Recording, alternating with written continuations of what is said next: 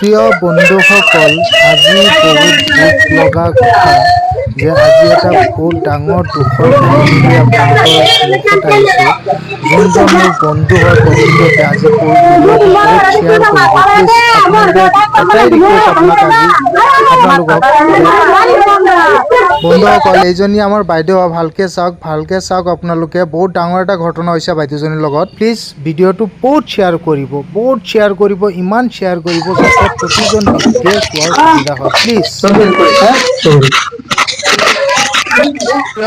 চাওক, আজি মোৰ নিজৰ চিষ্টাৰ হাজেৰা খাতুন, আমাৰ জেঠাকৰ ছোৱালী, এই ঘৰত বিয়া দিছিলোঁ। ঘৰটো দেখাই দিয়া।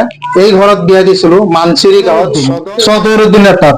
আজি তেওঁ বিয়া হোৱা আজি বহু বছৰ হ'ল, 3টা সন্তান আছে, বহুত ডাঙৰ দীঘল হৈছে।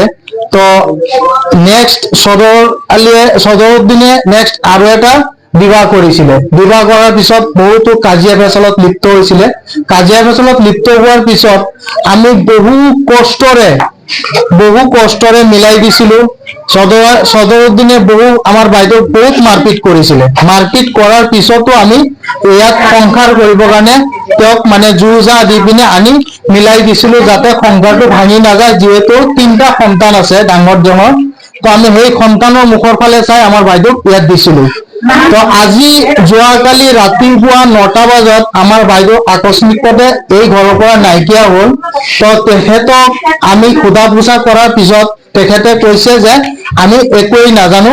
তেওঁৰ ছেকেণ্ড ভনীয়েকেও কৈছে আমি একোৱেই নাজানো, আৰু চদৰুদ্দিনেও কৈছে, আমাৰ বিন্দুৱেও কৈছে একোৱেই নাজানো।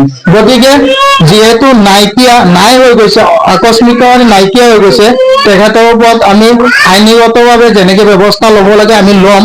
আৰু আপোনালোকক কাইণ্ডলি এইটোৱে ৰিকুৱেষ্ট কৰোঁ, আপোনালোকে যিমান পাৰে ভিডিঅ'টো ইমানেই শ্বেয়াৰ কৰক যাতে সত্যটো আগত ওলাই যায়, আমাৰ বাইদেউক কিবা ইনফৰমেশ্যন পাওঁ, আমি যাতে মনত শান্তি পাওঁ।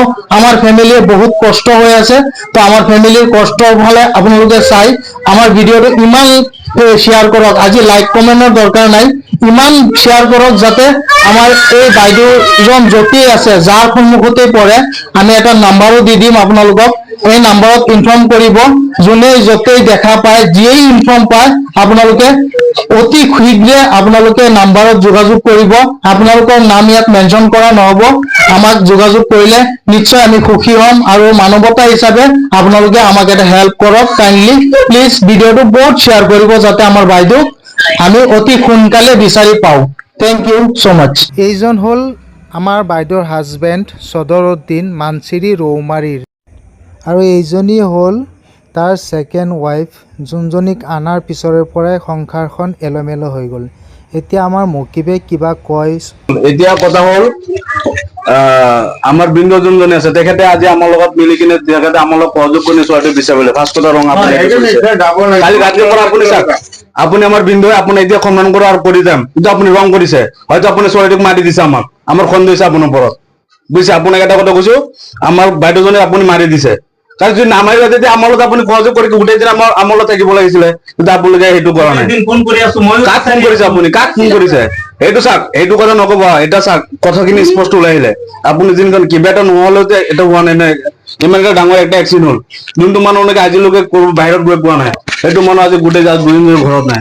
তো আমাৰ আপোনাৰ ওপৰত খন্দ হৈছে, চিধা কথা। নহ'লে আমাৰ লগত সহযোগ কৰক, নহ'লে আপুনি ওলাই দিয়ক।